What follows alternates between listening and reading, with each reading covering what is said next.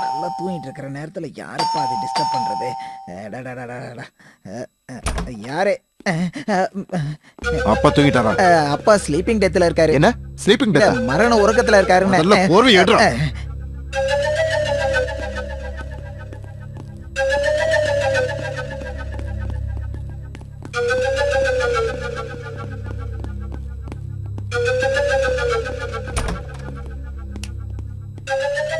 அப்பா அப்பா அப்பா என்னடா பசங்களா? பயங்கர பிரச்சனை. கஸ்டம்ஸ் ரைடு வந்துட்டாங்க. அட கடவுளே, நம்ம சரக்கெல்லாம் அவங்க எடுத்துட்டு போயிட்டாங்களா? அதுக்கு நாம விட்டுருவோமாப்பா? ஆனா நம்ம ஆளுங்க 2 பேரை போட்டாங்க.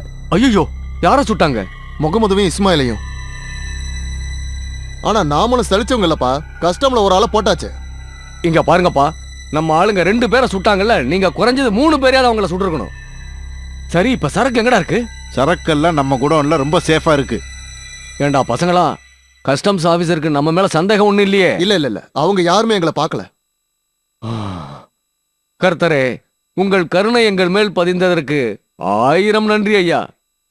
டேய் பசங்களா, நான் இப்பவே டெல்லிக்கு போன் பண்ணி மேத்யூ கிட்ட சொல்றேன். இந்த நடுராத்திரியில போன் பண்ணணுமாப்பா? உடனே பண்றது நல்லதுடா. இந்த மாதிரி விஷயங்களை ஆற போடக்கூடாது.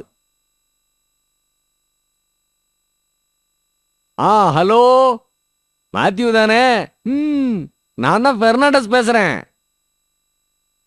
தூக்கம் எப்படிப்பா வரும்?